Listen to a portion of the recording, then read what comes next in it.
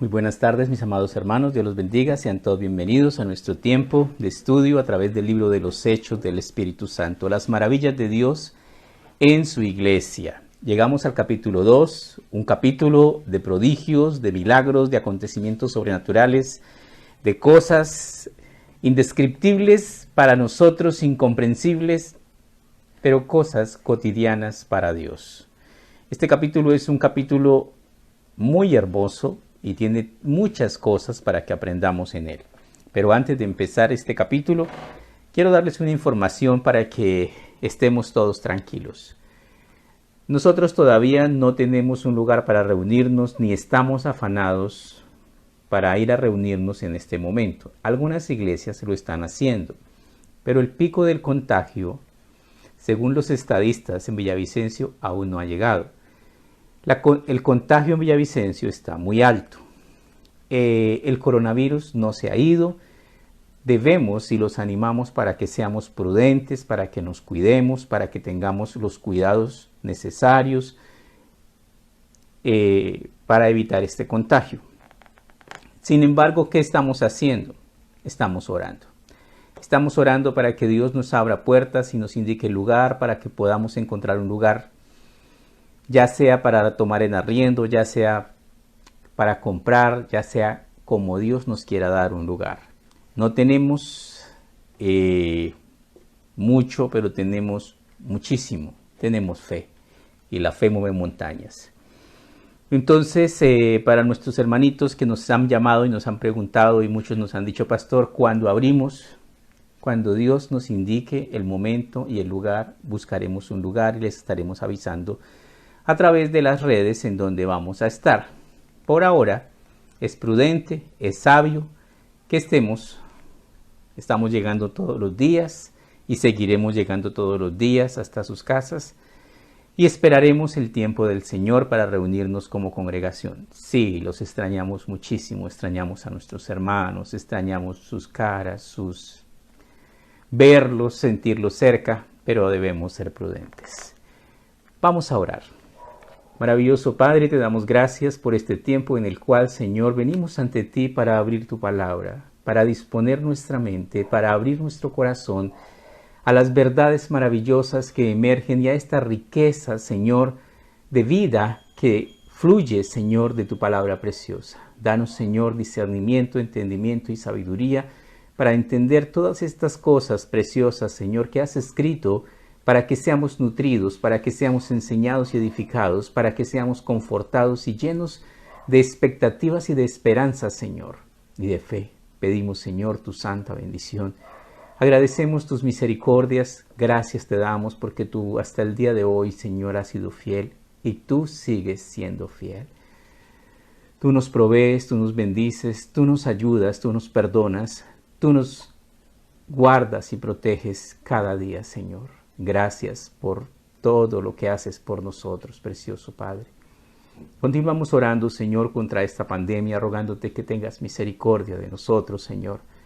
Oramos, Señor, por los enfermeros, enfermeras, médicos, Señor, los celadores, saciadores, el personal administrativo de clínicas y hospitales y demás oficinas que se abren al público, porque prácticamente ya se abrió. Oramos, Señor, para que detengas tengas misericordia, para que tengamos los cuidados, Señor. Oramos rogándote, Señor, que nos ayudes en medio de las circunstancias que vivimos, oh Dios nuestro.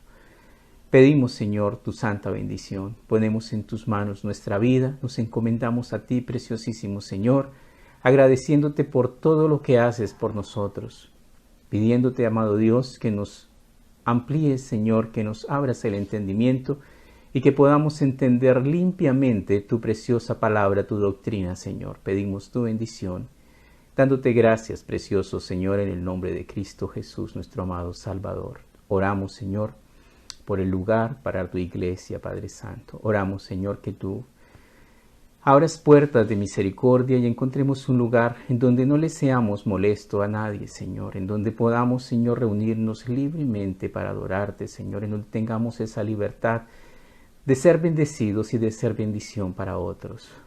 Colocamos todo en tus manos, oh Dios nuestro, y pedimos, Señor, de tu divina gracia sobre nosotros, en el nombre de Cristo Jesús, nuestro amado Salvador. Amén.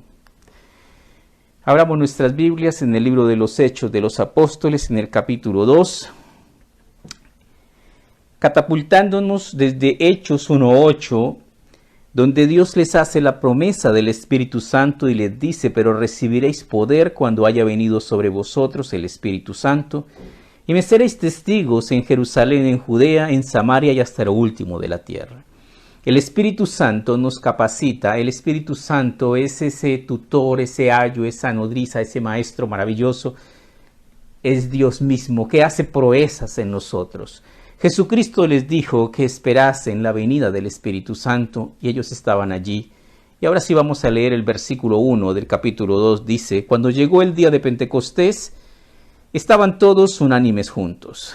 Esto es maravilloso. Es una de las cosas más complicadas, estar unánimes juntos. Cuando nos reunimos, empezamos a tener discusiones por nuestros diferentes pareceres, porque cada uno piensa distinto.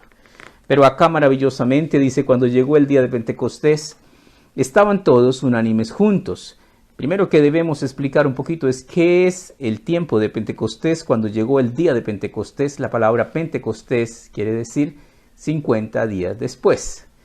También conocida como la fiesta de las 7 semanas, 50 días después de la Pascua es la fiesta de Pentecostés, la fiesta de los primeros frutos. Y precisamente lo que va a ocurrir son los primeros frutos del Espíritu Santo. Dice el verso 2, de repente vino del cielo un estruendo como de un viento recio que soplaba, el cual llenó toda la casa donde estaban sentados. ¡Qué maravilla! O sea, esto es algo impresionantemente maravilloso, esto es algo muy precioso. Nos dice que de repente vino del cielo un estruendo como un viento recio que soplaba, el cual llenó toda la casa donde estaban sentados. ¿Cómo estaban? Sentados. Y posiblemente no estaban en la algarabía que suele darse en muchas congregaciones. Estaban en orden, estaban todos en un solo sentir, en un tiempo de oración, de intercesión, en un tiempo de orden, de compañerismo, en un tiempo muy hermoso. Dios quiere tomar ese tiempo con nosotros. Dice, versículo 3, y se les aparecieron lenguas repartidas como de fuego, asentándose sobre cada uno de ellos. ¿Por qué dice como de fuego? Porque parecía fuego, pero no era fuego. Si pones una antorcha de fuego sobre tu cabeza, pobre tu cabello y tu cabeza también. Eran como de fuego, era un fuego especial, era un fuego sobrenatural, era un fuego único y maravilloso, era el fuego del Espíritu Santo. Sí, Señor. El fuego del Espíritu Santo, la unción y el poder de Dios que vino sobre ellos. Todos llenos del Espíritu Santo y comenzaron a hablar en otras lenguas, según el Espíritu les daba que hablasen. Aquí hay algo impresionante, algo sobrenatural, algo que no había ocurrido, algo muy maravilloso, sobrecogedor. Bueno, nos quedamos sin palabras para decir y para poder expresar lo que estaba ocurriendo en este momento. Y fueron todos llenos del Espíritu Santo y comenzaron a hablar en lenguas, según el Espíritu les daba que hablasen. Esto es maravilloso. El motor organizador de todo es el Espíritu Santo. Moraban entonces en Jerusalén judíos, varones piadosos de todas las naciones bajo el cielo. O sea que había en Jerusalén judíos de todas las partes, de todas las naciones bajo el cielo. ¿Por qué? Porque debían subir a Jerusalén, porque así lo ordena la ley. ¿En dónde está eso? Libro de Deuteronomio, capítulo 16, Deuteronomio 16, versículo 16 y 17.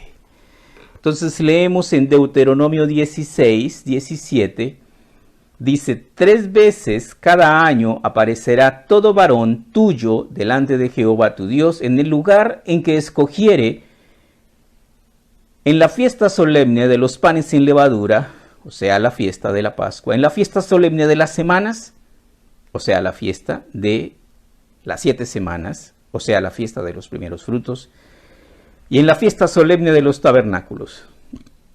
Ninguno se presentará ante mí, ante Jehová, con las manos vacías. Cada uno con la ofrenda en su mano, conforme a la bendición que Jehová tu Dios te hubiere dado.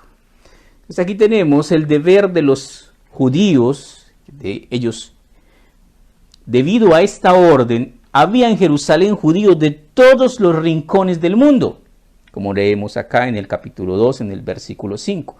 Moraban entonces en Jerusalén judíos varones piadosos de todas las naciones bajo el cielo. Y hecho este estruendo, el estruendo del viento recio que fue impresionante, y hecho este estruendo, se juntó la multitud y estaban confusos, porque cada uno les oía hablar en su propia lengua. ¿Y qué quiere decir eso? El don de lenguas del cual se está hablando en esta parte es el don de hablar en diferentes idiomas. Hay idiomas humanos, hay idiomas angelicales. Y estaban atónitos y maravillados, diciendo: mirad, ¿no son galileos todos estos que hablan? ¿Y por qué se maravillan? ¿Y por qué se escandalizan? Porque los galileos tenían una fama de borrachos, de poco doctos, de gente del campo y personas iletradas. Y decían y estaban atónitos y maravillados, diciendo: mirad, ¿no son galileos todos estos que hablan?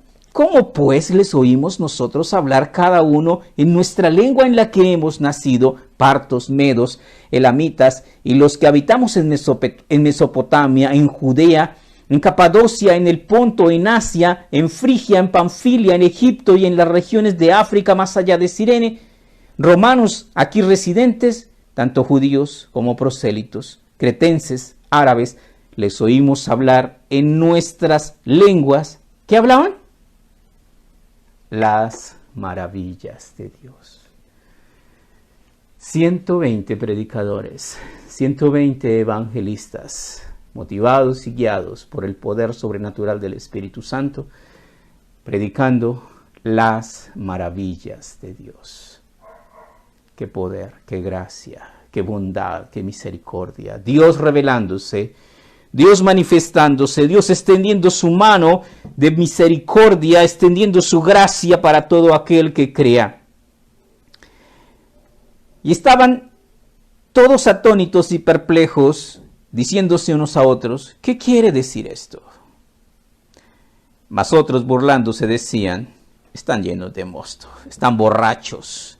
Siempre habrá personas burladoras, siempre habrá personas que no van a entender las cosas de Dios. Primera de Corintios, capítulo 2, versículo 14. Primera de Corintios, capítulo 2, versículo 14 nos explica que el hecho de ser personas normales, naturales, personas sin fe, impide a las personas entender los actos, los milagros sobrenaturales y los actos que Dios hace. Dice en 1 Corintios 2:14, pero el hombre natural no percibe las cosas que son del Espíritu de Dios, porque para él son locura, y no las puede entender, porque se han de discernir espiritualmente. ¿Qué quiere decir esto? Que una persona sin el Espíritu Santo no le encuentra sabor, gusto y gracia a la palabra de Dios. Siempre va a resultar burlándose de lo que Dios dice, de los cristianos, de la obediencia a Dios, del temor a Dios, del respeto, de las buenas normas, de la buena conducta, porque no van con Él. No van con Él porque es un hombre natural, un hombre carnal. ¿Qué es lo que va con Él? El pecado, la envidia, la codicia, cosas que practican aquellas personas que no caminan el camino de la santidad y de la obediencia. Vamos a nuestro estudio en el libro de los Hechos, capítulo 2, dice: mas otros burlándose decían: están llenos de mosto. Entonces, en ese momento, digamos, en ese alboroto, viene ahora Pedro y toma la vocería. Versículo 14, primer discurso de Pedro. Entonces Pedro, poniéndose en pie con los 11, aquí está. ¿Por qué él se pone en pie con los 11? Recordemos que ya habían elegido el reemplazo de Judas, y está allí, y están los 11 en apoyo. Muy posiblemente yo consideraría que los 11 estarían orando al Señor para que Dios le dé a Pedro palabras de sabiduría para hablar. Alzó la voz y les habló diciendo, recuerden que Pedro era un hombre bastante curioso, pero ahora es un Pedro lleno de poder y lleno del Espíritu Santo. Varones judíos, y todos los que habitáis en Jerusalén, esto sea notorio, oíd mis palabras. Ahora, los que tenemos el privilegio de hablar en público, sabemos que hablar en público es terrible. Que cuando hablamos en público todo puede salir bien, como no puede salir bien. Que cualquier cosa puede ocurrir. Versículo 15. Porque estos no están ebrios, como vosotros suponéis, pues es la hora tercera del día, judío, las 9 de la mañana. Entonces, ¿qué es lo que está diciendo? No, los judíos no toman a esa hora. No conocían a los borrachos colombianos. Allá la tradición era que a esa hora temprana de la mañana, ellos no estaban tomando. Y Pedro toma el tiempo para explicar lo que realmente está ocurriendo. Mas esto es lo dicho por el profeta Joel. En los postreros días, dice Dios, derramaré mi espíritu sobre toda carne, y vuestros hijos y vuestras hijas profetizarán, y vuestros jóvenes verán visiones, y vuestros ancianos soñarán sueños, y de cierto sobre mis siervos y sobre mis siervas, en aquellos días derramaré mi espíritu y profetizarán. Y daré prodigios arriba en el cielo, señales abajo en la tierra, sangre y fuego y vapor de humo. El sol se convertirá en tinieblas y la luna en sangre, antes que venga el día del Señor grande y manifiesto. Y todo aquel que invocare el nombre del Señor será salvo. Es impresionante, en ese momento no es como ahora que tomamos el celular y nos ubicamos en las citas bíblicas, que abrimos nuestra Biblia y buscamos las citas bíblicas. No era así de fácil.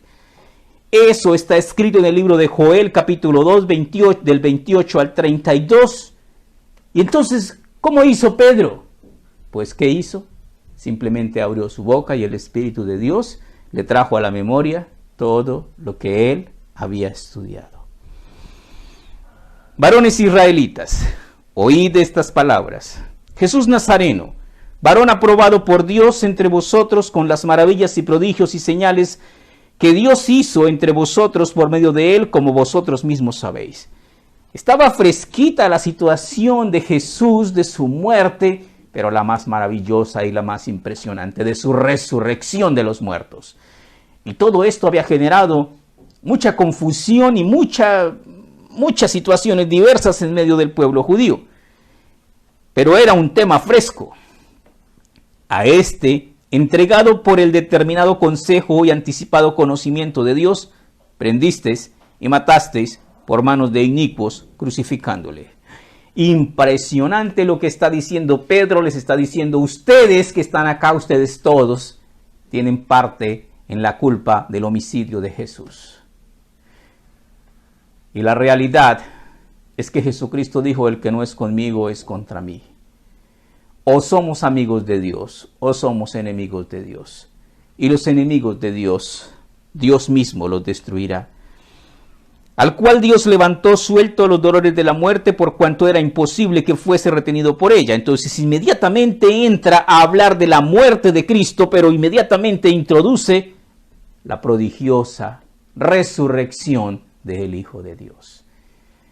El tema que marca el punto, que marca la diferencia entre el cristianismo y todas las demás religiones. ¿Cuál es? Nuestro Señor murió en una cruz. ¿Pero qué más? Pero al tercer día resucitó. Se levantó con poder de entre los muertos.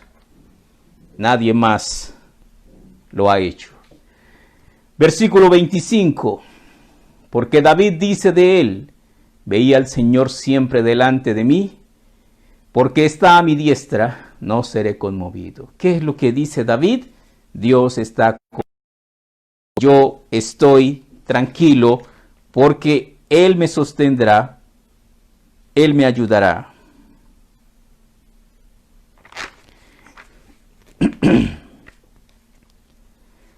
Libro de Isaías 41:10, dice Isaías 41:10, no temas, porque yo estoy contigo. No desmayes, porque yo soy tu Dios que te esfuerzo. Siempre te sostendré, siempre te ayudaré, siempre te sostendré con la diestra de mi justicia. Dios está con nosotros. Sigue hablando David y luego nos viene a explicar lo que dijo. Por lo cual mi corazón se alegró y se gozó mi lengua, y aún mi carne descansará en esperanza, porque no dejarás mi alma en el Hades, ni permitirás que tu santo vea corrupción. Me hiciste conocer los caminos de la vida, me llenarás de gozo con tu presencia. Ahora viene la explicación de esta lectura que está en el Salmo 16, del 8 al 11. ¿Cómo es que un pescador, una persona sin letras y del vulgo como Pedro, tiene esta elocuencia y este recurso de que usa una cita y usa otra cita? Eso se llama el don del Espíritu Santo y la gracia de Dios. Varones hermanos, se os puede decir libremente del patriarca David, que murió y fue sepultado, y su sepulcro está con nosotros de hoy. ¿Qué es lo que quiso decir Pedro con eso? David murió, fue sepultado y su sepulcro está con nosotros. ¿Qué quiere decir eso? Pues que fue sepultado y los gusanitos dijeron tan bueno que era, oiga. Quiere decir que se pudrió y los huesitos quedaron y quizás nada más. O quizás ya se habían hasta extintos sus huesos. Versículo 30. Pero siendo profeta y sabiendo que con juramento Dios le había jurado que de su descendencia en cuanto a la carne levantaría al Cristo para que se sentase en su trono, viéndolo antes, habló de la resurrección de Cristo, que su alma no fue dejada en el Hades, ni su carne vio corrupción. Entonces tenemos que Dios a través de David había profetizado también acerca de la muerte y de la posterior resurrección de los muertos de nuestro Señor Jesucristo.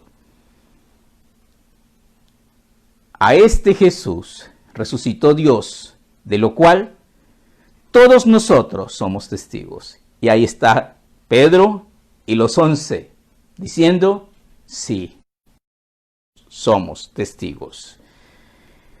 Así que exaltado por la diestra de Dios y habiendo recibido del Padre la promesa del Espíritu Santo, ha derramado esto que vosotros veis y oís. ¿Qué? La promesa del Espíritu Santo. Porque David no subió a los cielos, pero él mismo dice, dijo el Señor a mi Señor, siéntate a mi diestra hasta que ponga a tus enemigos por estrado de tus pies. Salmo 110, versículo 1. ¿Y de qué Señor a qué Señor? El Señor Padre al Señor Hijo, porque toda rodilla se doblará y toda lengua confesará que Jesucristo es el Señor para gloria de Dios Padre. Sepa pues, ciertísimamente, toda la casa de Israel, que este Jesús, a quien vosotros crucificasteis, Dios le ha hecho Señor y Cristo. Verso 37. Al oír esto, se compungieron de corazón y dijeron a Pedro y a los apóstoles, varones hermanos, ¿qué haremos? Qué impresionante y qué maravilloso es esto, porque nos habla de una vida verdaderamente rendida ante la gracia de Dios. Varones hermanos, ¿qué haremos?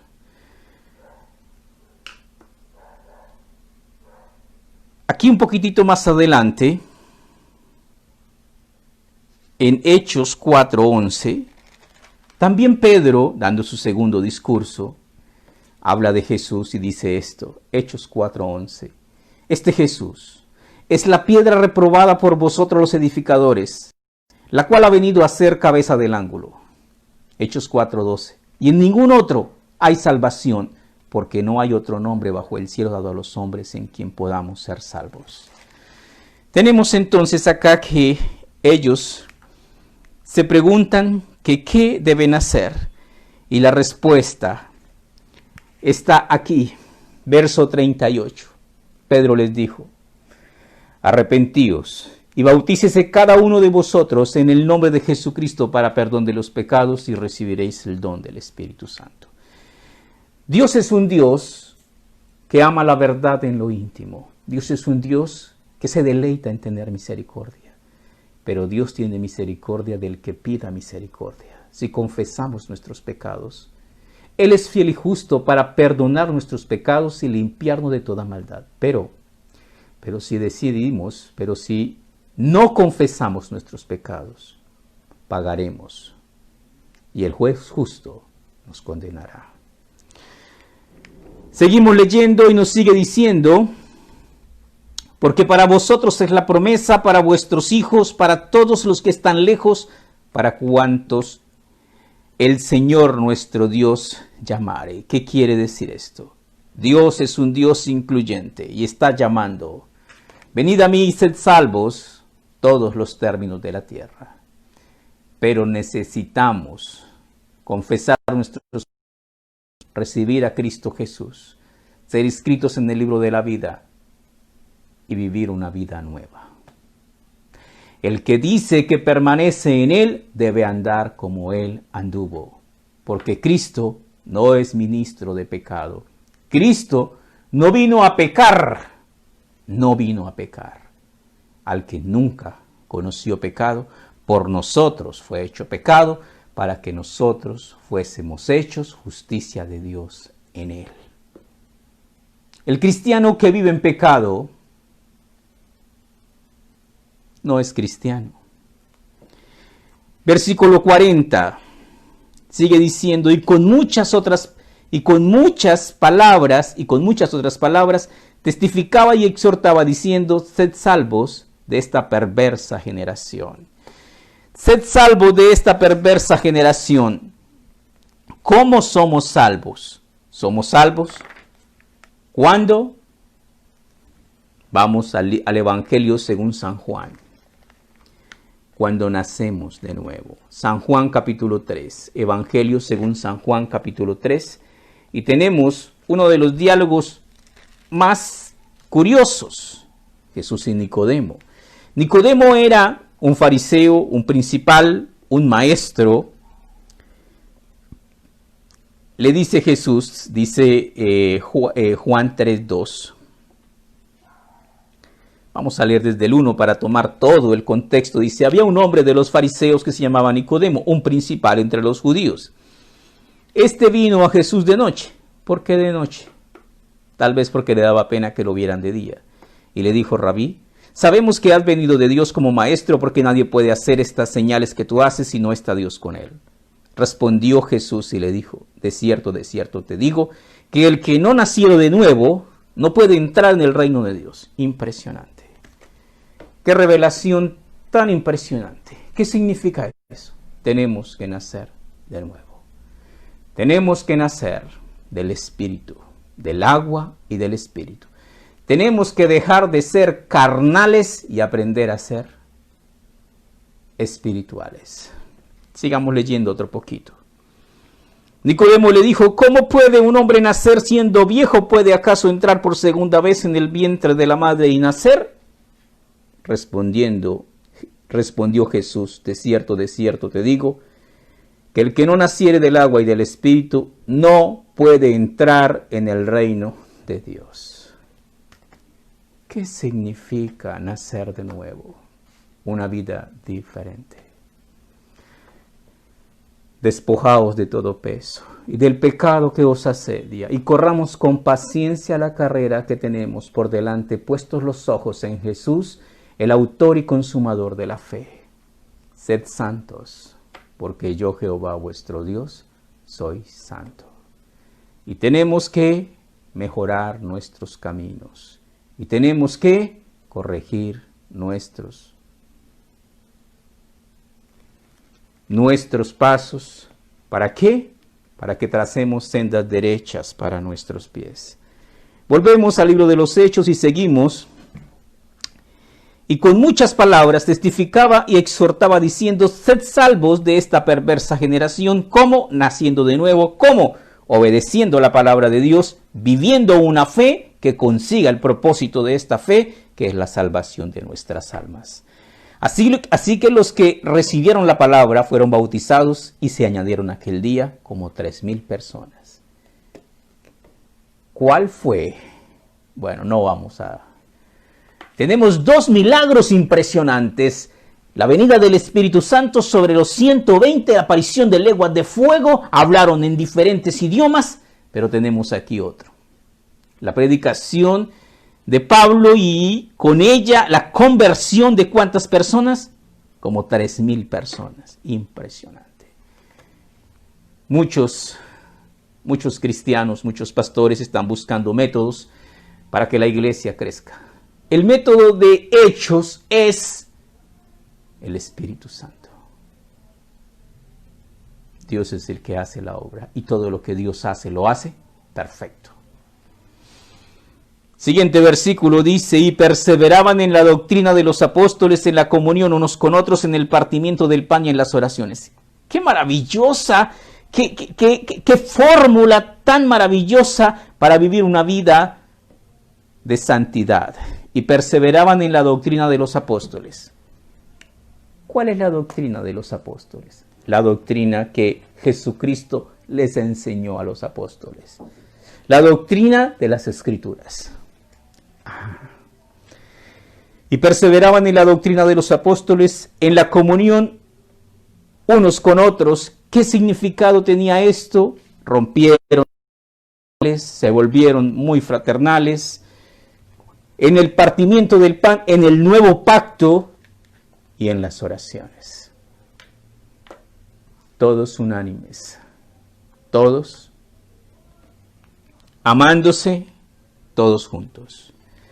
La vida de los primeros cristianos, y vamos a terminar, dice: y sobrevino temor a toda persona, y muchas maravillas y señales eran hechas por los apóstoles, y todos los que habían creído estaban juntos y tenían en comunión todas las cosas. ¿Qué es esto?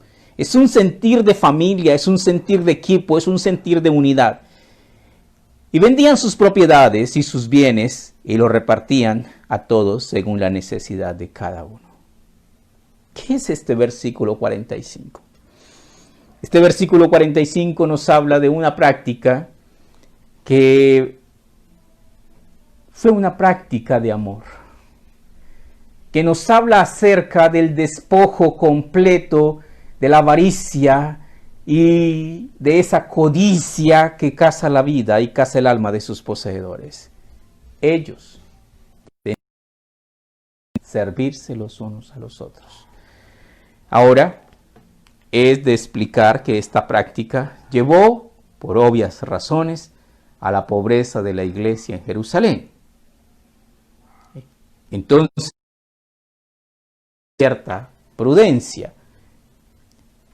Y vendían sus propiedades y sus bienes y los repartían a todos según la necesidad de cada uno. Uno tiene el derecho de hacer con sus cosas lo que bien quiera hacerlas, pero también es bueno que usemos de sabiduría en nuestros negocios. El versículo 46 dice: y perseverando unánimes cada día en el templo y partiendo el pan en las casas, comían juntos con alegría y sencillez de corazón. ¿Quieres saber cuál es el mejor aderezo para la comida? Algunos dicen el hambre. Bueno, a veces el hambre tiene una sensación de que no satisface, que la persona y come tanto que se puede indigestar y después pierde muchas cosas. La mejor forma de disfrutar los alimentos es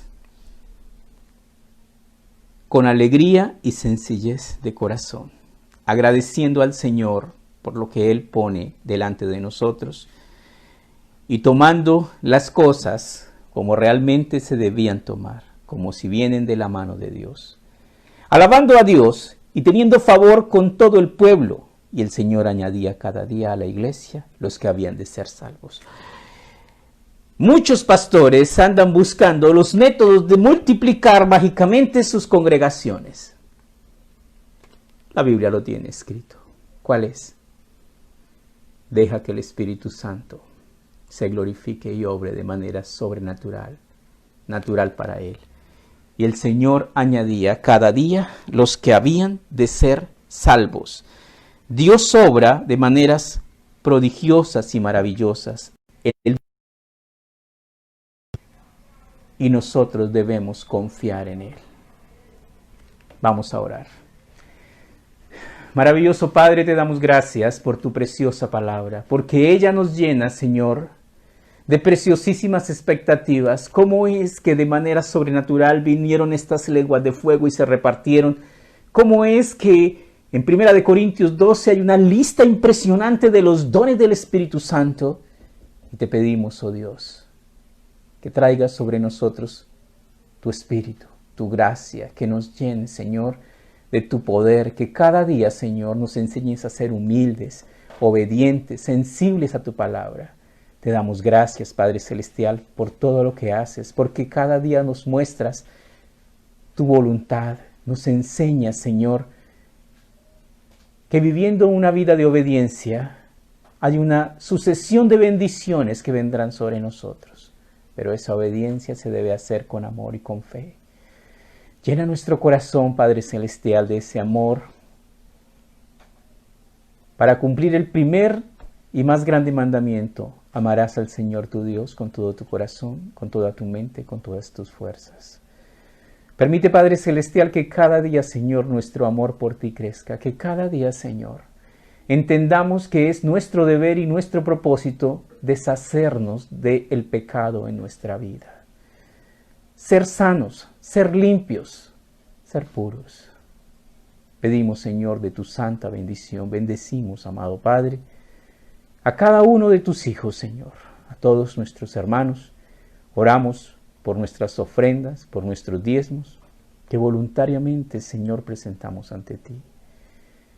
Pedimos, Señor, que nos des el gozo de dar, sintiéndonos, Señor, privilegiados, sintiendo, Señor, que debemos dar como viendo al invisible. Cada uno dé como propuso en su corazón, no por tristeza ni por necesidad, ni porque va a ser coaccionado por el pastor, porque Dios ama al dador alegre. Danos un corazón que se deleite en dar y haz que podamos disfrutar, Señor, de la adoración al dar, Señor. Pedimos tu bendición, precioso Padre, y te damos gracias en el nombre de Cristo Jesús, nuestro amado Salvador. Amén.